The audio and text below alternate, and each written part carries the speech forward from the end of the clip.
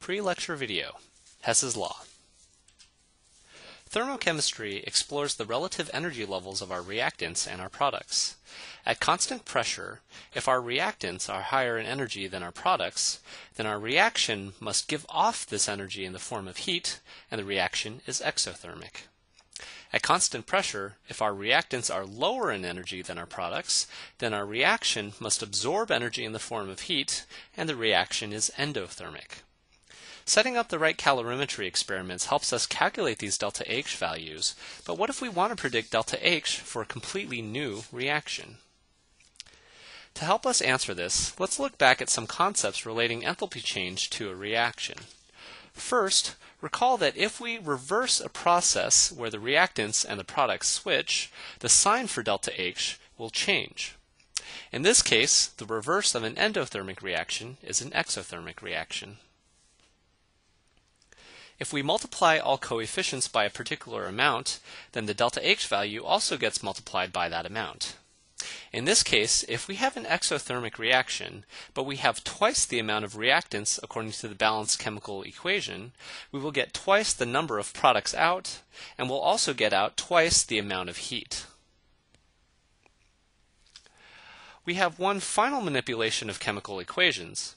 If we add together chemical equations, we can get a new overall equation. Because delta H is a state function, we can also add together the delta H values for these equations to come up with a delta H value for the overall equation. So, how do we add equations together? Quite simply, the reactants add up on the reactant side, and the products add up on the product side. If we take our previous two equations and add them together, the overall chemical equation has O2 gas and 3 O2 gas factors, so we can add those together to simplify our overall chemical equation.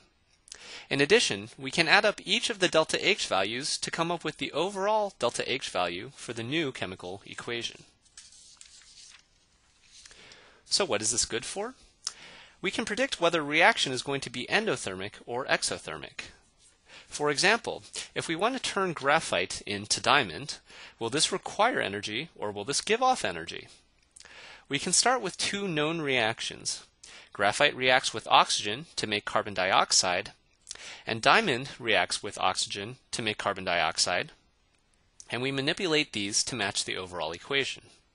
Since graphite should be on the reactant side in the final equation, it should be a reactant in the equation for the first step.